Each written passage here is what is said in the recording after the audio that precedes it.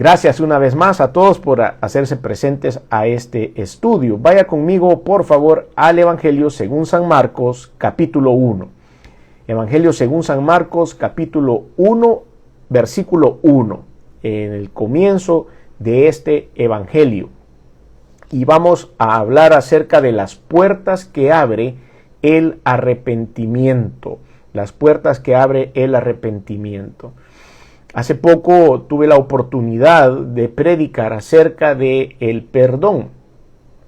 La estrategia del perdón se llamó ese mensaje y no lo transmitimos a través de esta plataforma, pero está en el sitio de la Iglesia Cristiana Josué Central de El Salvador, por si alguien está interesado.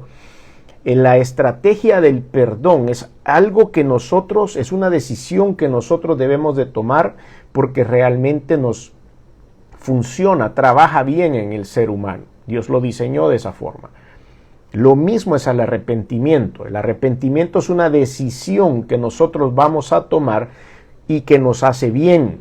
Nos hace bien para que podamos desarrollar una relación con el Señor de una manera adecuada. El arrepentimiento, por supuesto, lleva algunas características.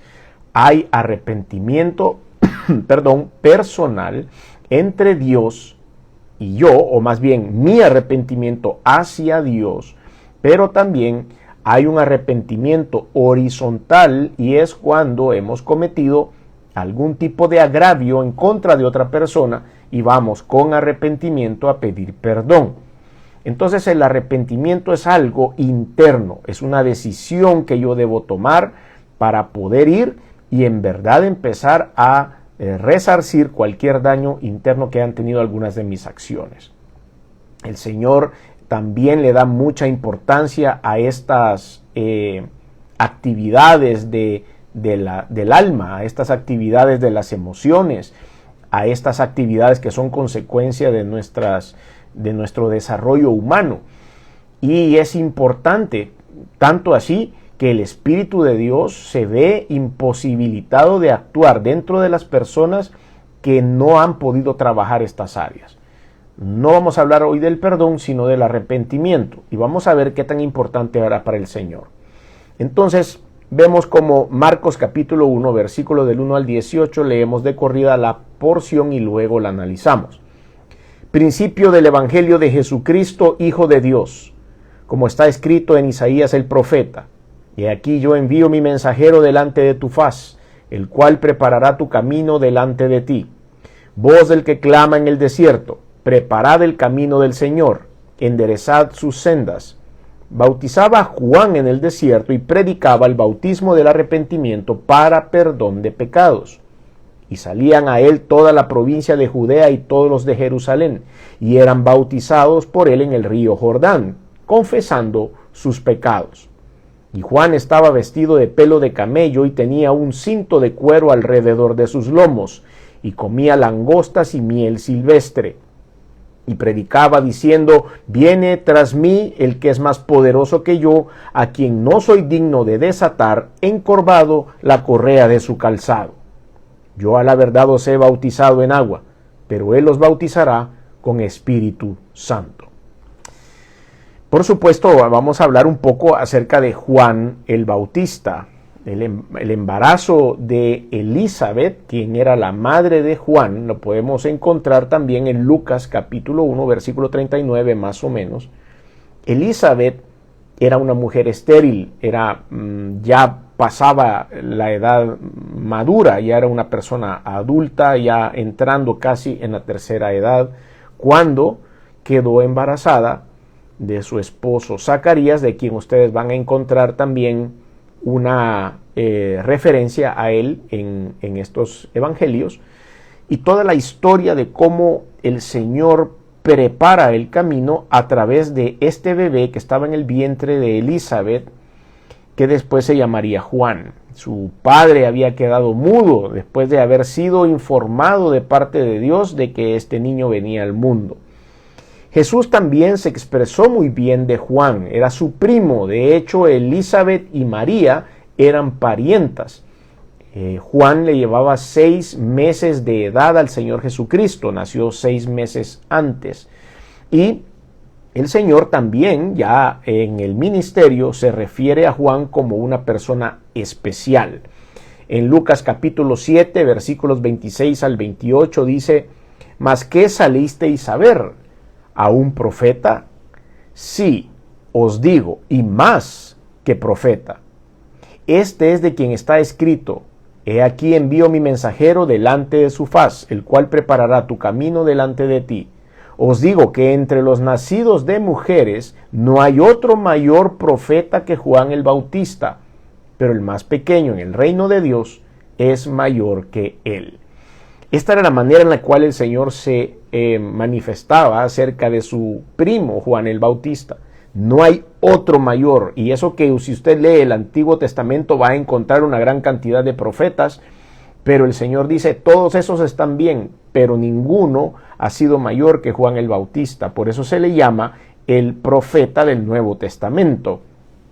El cumplimiento de toda la profecía en cuanto al Mesías se da en la vida y la obra de Jesucristo. Por lo tanto, ya no ameritaba tener otro profeta en el Nuevo Testamento. Por eso casi no encontramos esas historias que encontramos en el Antiguo Testamento.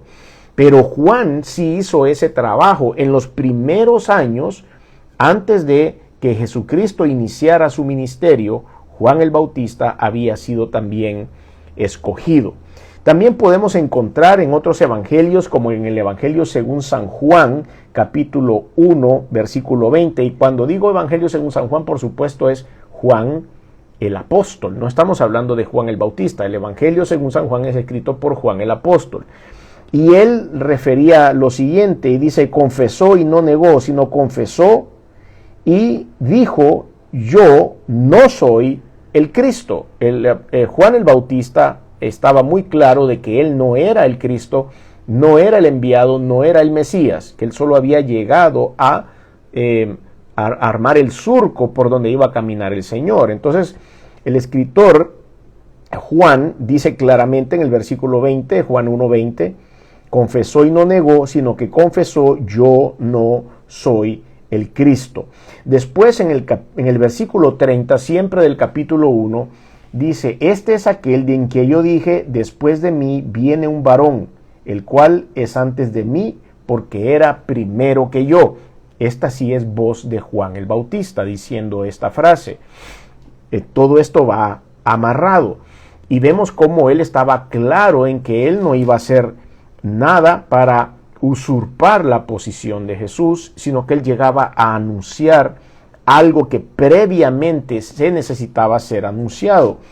Después en el capítulo 5, versículo 35 dice, y era antorcha que ardía y alumbraba, y vosotros quisisteis regocijaros por un tiempo en su luz, mas yo tengo mayor testimonio que el de Juan, porque las obras que el Padre me dio para que la cumpliese, las mismas obras son las que yo hago, y de las cuales dan testimonio de mí, que el Padre me ha enviado.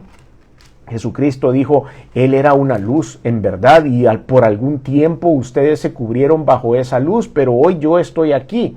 Y eso Juan el Bautista lo tenía muy claro.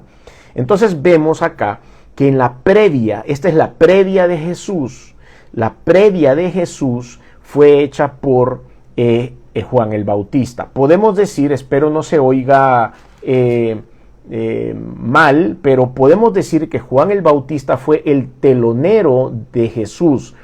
Es decir, él salió a ejecutar su obra previa a Jesús, que por supuesto después vendría la obra magistral de Jesucristo que opacó todo lo que Juan había hecho.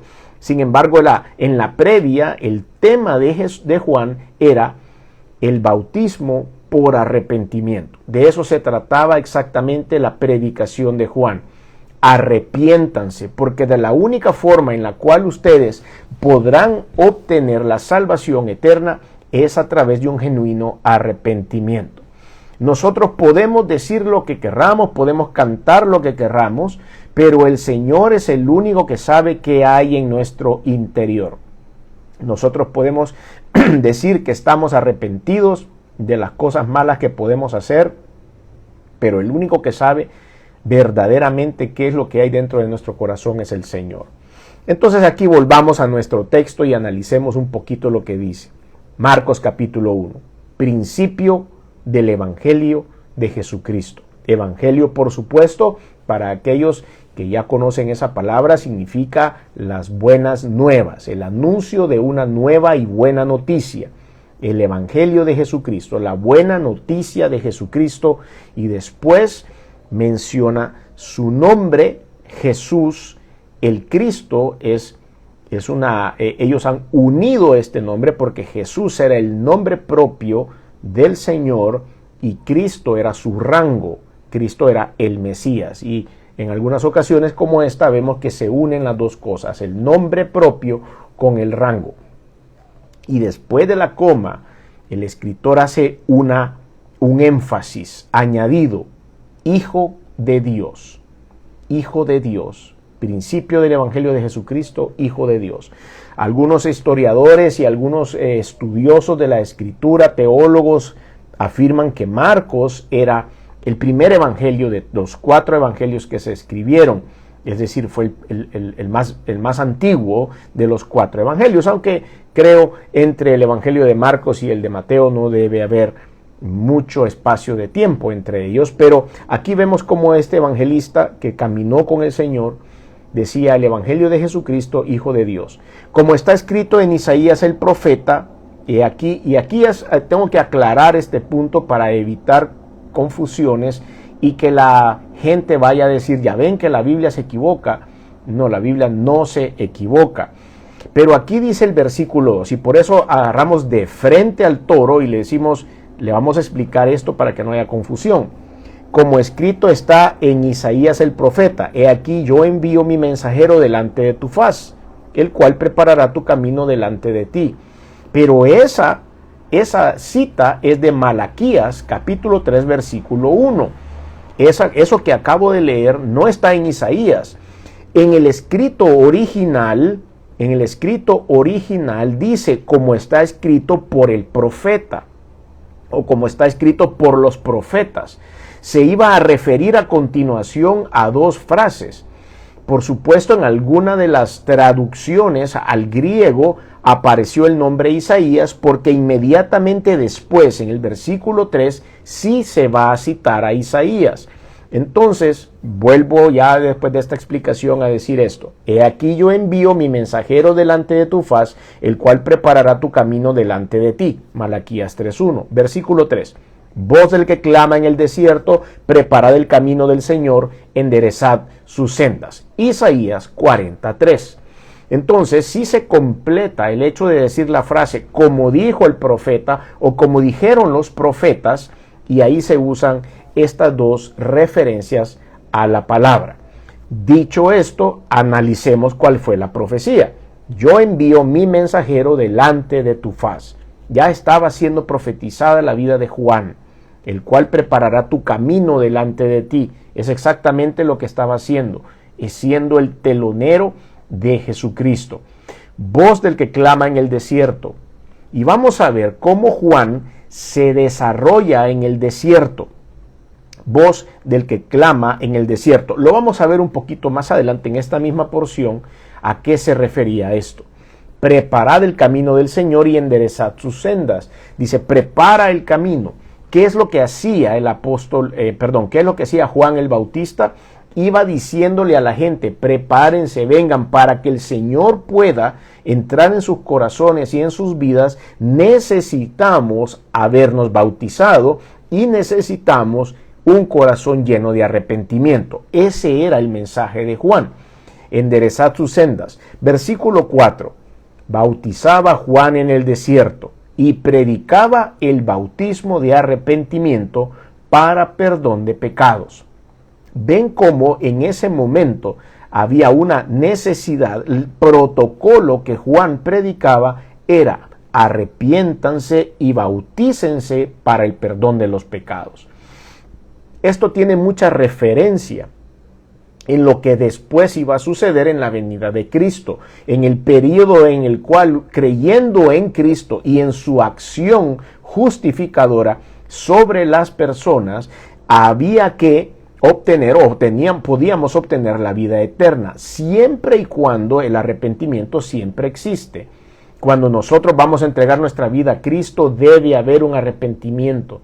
Por eso parte de la oración, cuando nosotros aceptamos a Cristo como Salvador, es reconocer mi estado de pecado o mi estado de pecador, arrepentirme de ese estado y entonces permitir que fluya el Espíritu Santo sobre mi vida a través de mi fe en Jesucristo. Volvamos al versículo 4. Bautizaba a Juan en el desierto y predicaba el bautismo de arrepentimiento para perdón de los pecados. Podemos ver aquí que se hacía una acción que era el bautismo. El bautismo era parte del protocolo en ese momento, como para públicamente hacer un evento en el cual yo me estaba arrepintiendo de mis pecados. Eso, por supuesto, queda más adelante. Sin embargo, cuando Jesucristo entra en escena, dice, siempre quiero el arrepentimiento, sin embargo, el protocolo va a ser diferente. Por fe, me van a recibir en su corazón y a través del arrepentimiento yo voy a ceder y voy a entrar en su corazón y vamos a hacer esa transformación.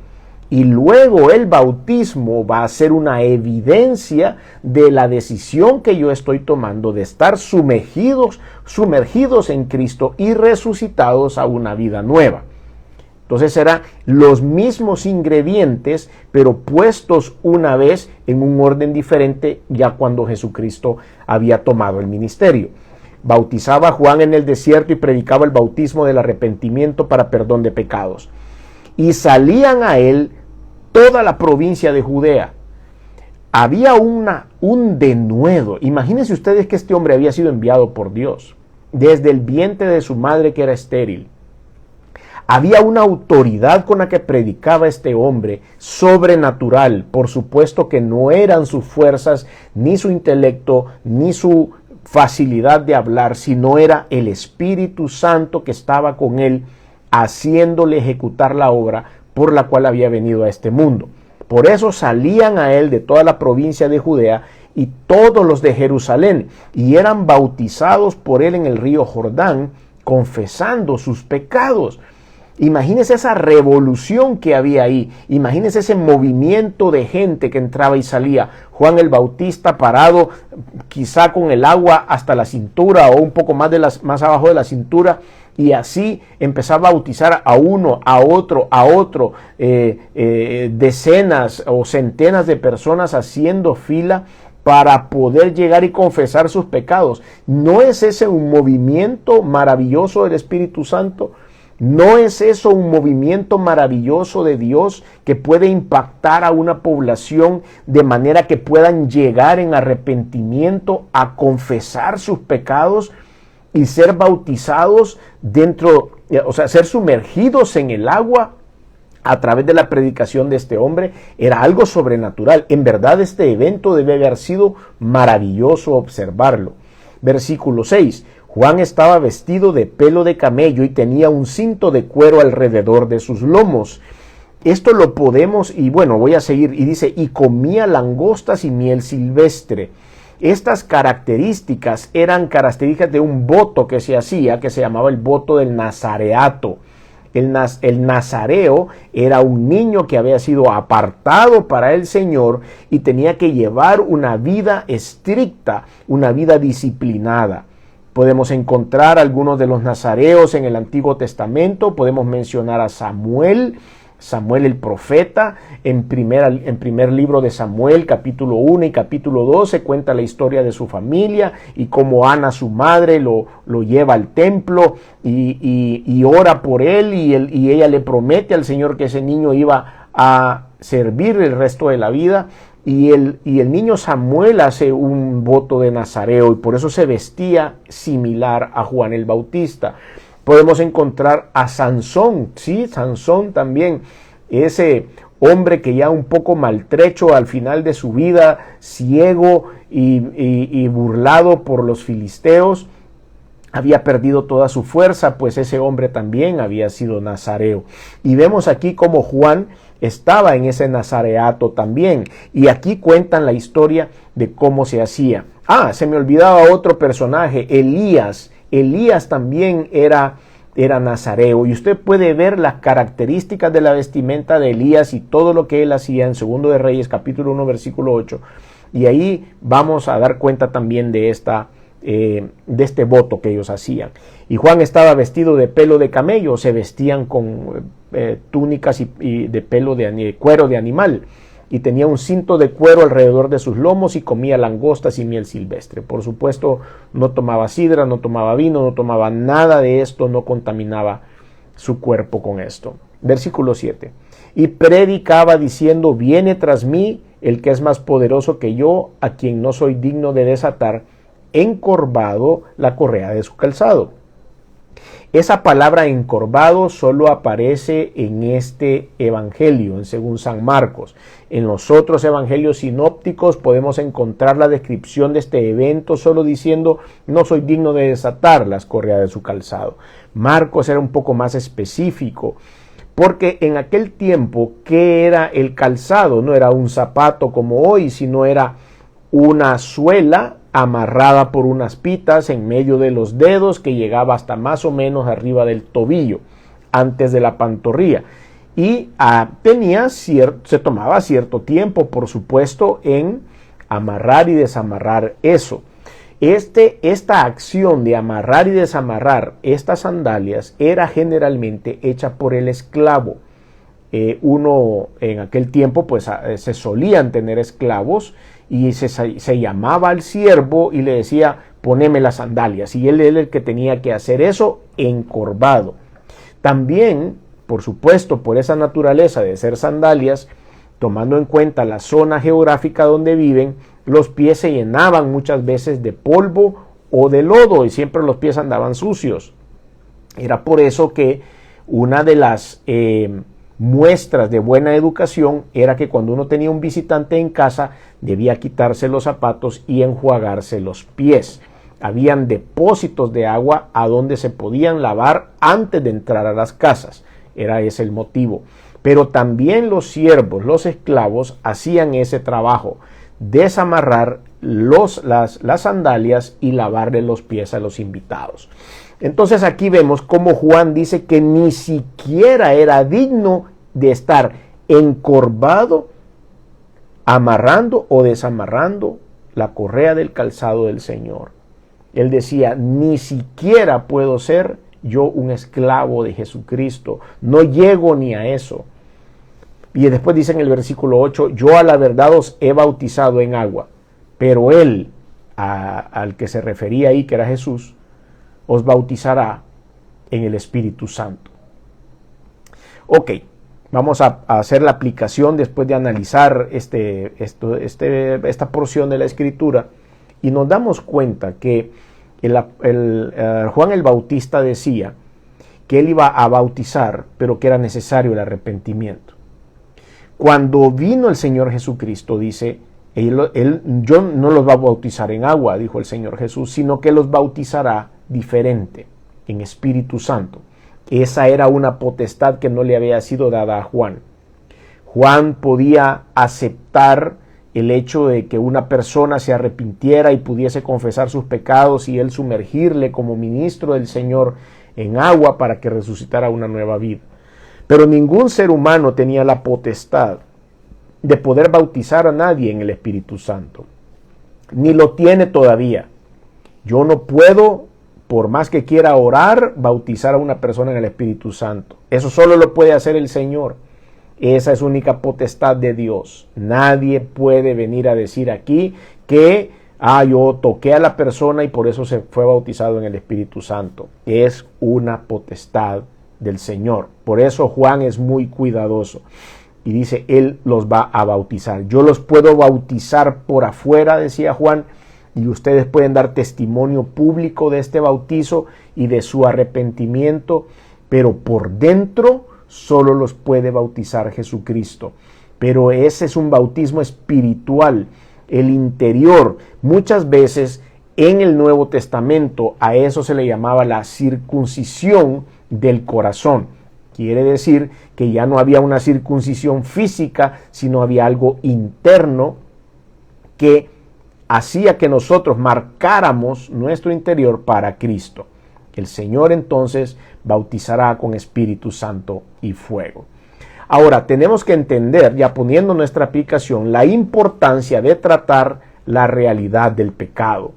¿Cuál es el origen del pecado? Bueno, el origen del pecado es Satanás. Está claro, en Juan capítulo 8, versículo 44 dice: vosotros sois de vuestro padre el diablo, y los deseos de vuestro padre queréis hacer. Él ha sido homicida desde el principio y no ha permanecido en la verdad, porque no hay verdad en él. Cuando habla mentira, de suyo habla, porque es mentiroso y padre de la mentira. Así dice la palabra de Dios. Él es el origen del pecado. Él es el origen de cambiar nuestro destino para alejarnos del Señor. Por supuesto, el pecado entró en Adán y en Eva. Y por eso nosotros heredamos la naturaleza pecaminosa. Romanos capítulo 5, versículos 12 en adelante dice: por tanto, como el pecado entró en el mundo por un hombre, y por el pecado la muerte, así la muerte pasó a todos los hombres por cuanto todos pecaron. Versículo 16, Romanos 5, 16. Y con el don no sucede como en el caso de aquel uno que pecó, que estamos refiriéndonos a Adán, porque ciertamente el juicio vino a causa de un solo pecado para condenación, pero el don vino a causa de muchas transgresiones para justificación, hablando del paso de sacrificio del Señor Jesucristo para que usted y yo fuéramos justificados del pecado. Mateo capítulo 15, versículo 19 dice: porque del corazón salen los malos pensamientos, los homicidios, los adulterios, las fornicaciones, los hurtos, los falsos testimonios, las blasfemias. Estas cosas son las que contaminan al hombre, pero el comer con las manos sin lavar no contamina al hombre. El pecado, la carne, nuestros deseos más torcidos son los que salen de aquí. Santiago capítulo 1, versículo 15 dice: entonces la concupiscencia, que son los deseos pecaminosos de los seres humanos, entonces la concupiscencia, después que ha concebido, da a luz al pecado, y el pecado, siendo consumado, da a luz la muerte. Bueno, de ahí viene el pecado. El origen es Satanás, es la herencia de Adán, pero ¿qué es realmente el pecado? Bueno, es una transgresión. Quiere decir, esto es ir en contra de Dios. Primera de Juan, capítulo 3, versículo 4, dice: todo aquel que comete pecado infringe también la ley, pues el pecado es infracción a la ley. Es un rechazo a la voluntad de Dios. La traducción literal de pecado significa errar el blanco. Quiere decir que el blanco es hacer la voluntad de Dios, el blanco es vivir en obediencia a Dios, el blanco es seguir los consejos del Señor en la palabra. Cualquier cosa que sea no cumplir esas tres cosas, estamos tirando la flecha para otro lugar. No cayó en el blanco que nosotros queríamos que cayera. Todo eso, aparte de pegarle en el blanco, es llamado pecado. Es una injusticia también. Toda injusticia es pecado, dice Primera de Juan capítulo 5 en el versículo 17 en la primera parte. Y esas son malas acciones. La omisión de un deber conocido es también un pecado. Santiago 4:17 dice: y el que sabe hacer lo bueno y no lo hace, le es pecado. También la incredulidad hacia Dios es un pecado. Romanos capítulo 14, versículo 23: y todo lo que no proviene de fe es pecado. Todo eso está en la Biblia. Lo que estamos haciendo es descubriendo esto. Entonces hacemos un repaso. Toda injusticia es pecado, el que sabe hacer lo bueno y no lo hace es pecado, y todo lo que no proviene de fe es pecado. Y esto, por supuesto, que va a tener algunas consecuencias: la muerte espiritual y una esclavitud. Cuando nosotros nos arrepentimos de nuestros pecados y de nuestras malas acciones y reconocemos lo que hemos hecho mal delante de Dios, hay un enganche espiritual y hay una liberación de la esclavitud, del pecado, por supuesto. Porque antes de eso, el pecado produce una muerte espiritual, es decir, una separación entre Dios y yo, y eso seca mi espíritu porque yo necesito ser alimentado por el Espíritu Santo todos los días de mi vida. Por eso hay una muerte espiritual. Romanos capítulo 6, versículo 23 dice, porque la paga del pecado es muerte, mas la dádiva de Dios es vida eterna en Cristo Jesús, Señor nuestro. Juan 8:34 dice, Jesús le respondió, de cierto os digo que todo aquel que hace pecado, esclavo es del pecado. Hay una muerte física, hay una muerte eterna también en el pecado, estar separado de Dios.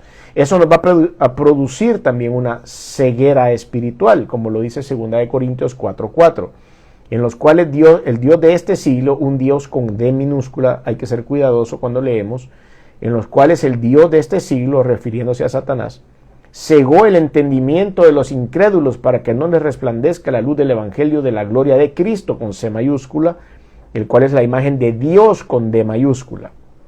Entonces ahí tenemos que ver esos detalles para saber a quién se refiere la palabra.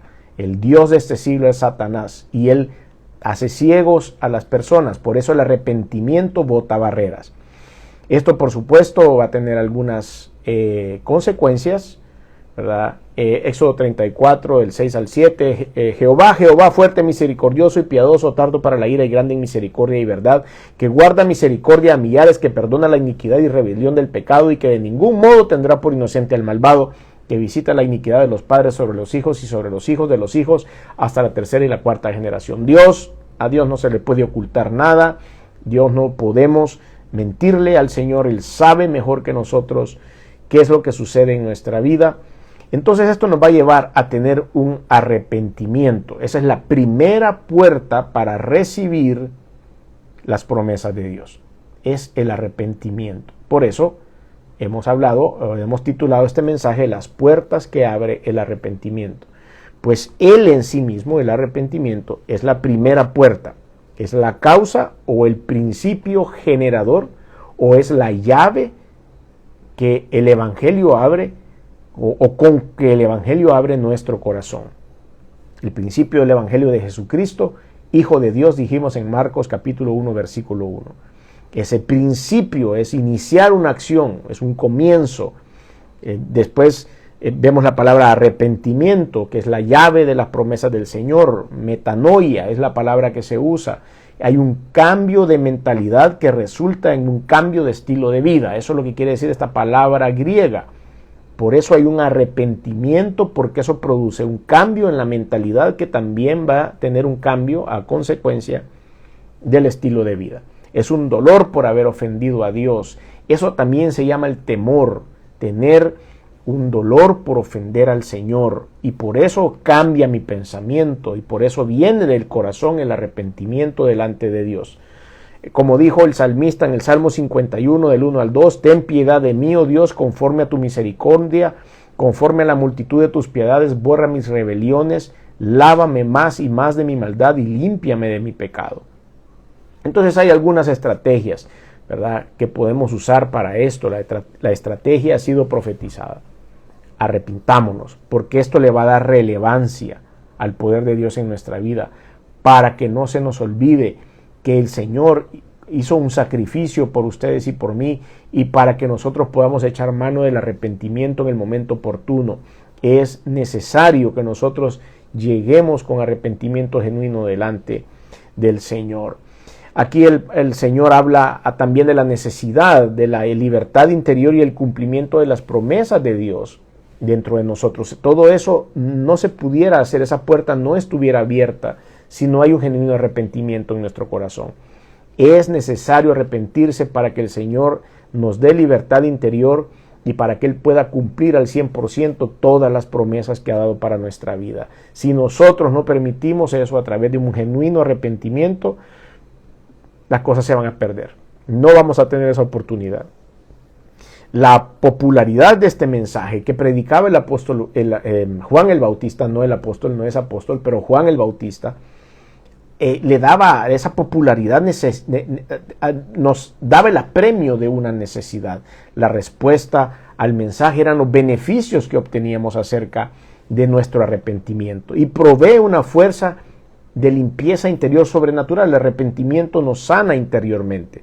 Zacarías capítulo 13, versículo 1 dice: y en aquel tiempo habrá un manantial abierto para la casa de David y para los habitantes de Jerusalén, para la purificación del pecado y de la inmundicia. Borra el pecado, echa fuera el pecado, y esto nos da muchos beneficios. Así que le invito a que usted y yo podamos hacer un ejercicio de arrepentimiento, que podamos ir delante de la presencia de Dios en oración, y Dios va a ir revelándole, diciéndole a usted. La palabra revelación ya no existe en la Biblia, eso lo vamos a aprender ahora. La palabra revelación es la palabra de Dios, ha sido dada. No hay más revelación para hoy. Se cerró con el libro de Apocalipsis. Lo que hay para usted y para mí hay iluminación. Esa es la palabra correcta teológicamente para referirnos a aquella cosa que el Señor nos quiere revelar. Ya iba a usar esa palabra de nuevo. Para aquellas cosas que Dios nos quiere decir, nos va a iluminar. Y nosotros vamos a ir a la presencia de Dios arrepentidos, y Dios empieza a iluminarnos. Y nos va a ir señalando punto por punto aquellas cosas que a Él no le gustan. Prepárese porque Dios le va a poner un espejo y le va a decir un montón de cosas que usted no considera, ni siquiera se ha dado cuenta que ha cometido. Cosas tal vez muy pequeñas, cosas tal vez grandes, pero a Dios no le gustan. Y es por eso que tenemos que ir a la presencia del Señor en arrepentimiento y permitirle al Señor que me ministre y me diga cuáles son las cosas en mi vida que yo tengo que dejar a un lado, que no me fijé y que es necesario poner delante de tu presencia. Si usted quiere hacer ese paso, si usted quiere ir delante de la presencia de Dios para ser sanado en su interior, como decía Juan el Bautista, tiene que arrepentirse. Y después de eso, llegar a un punto en el cual le dice al Señor Jesús que quiere que sea Él parte de su vida, que usted acepta ese sacrificio que Él hizo en la cruz por usted, y que de esa manera el Señor va a empezar a hacer una transición sobrenatural en su vida. Si usted quiere dar ese paso de fe, le podemos acompañar. Como dijimos hace un rato, el arrepentimiento es personal, el perdón de pecados es divino de parte de Dios, y la vida eterna es asignada por el Señor. Nosotros no podemos hacer nada de eso. Le podemos nada más acompañar en una oración para que usted pueda desencadenar esto que va a venir a continuación a través de la fe. Si usted quiere dar ese paso, ahí donde está, ore con nosotros y diga: Señor Jesús, perdóname, me arrepiento de mis pecados, he hecho cosas que no han sido de tu agrado. Pero también, Señor, ahora reconozco que viniste al mundo hecho hombre, que te colgaron en una cruz y la sangre que derramaste ha servido para limpiar mis pecados. Reconozco que resucitaste el tercer día y que estás sentado a la diestra de Dios. Por lo tanto, hoy abro mi corazón y te recibo en él como mi único y suficiente Señor y Salvador. Padre, me arrepiento de mis pecados y deseo que tú tomes el control de mi vida y que me puedas guiar, Señor, y cumplir en mí todas tus promesas. En el nombre de Jesús. Amén.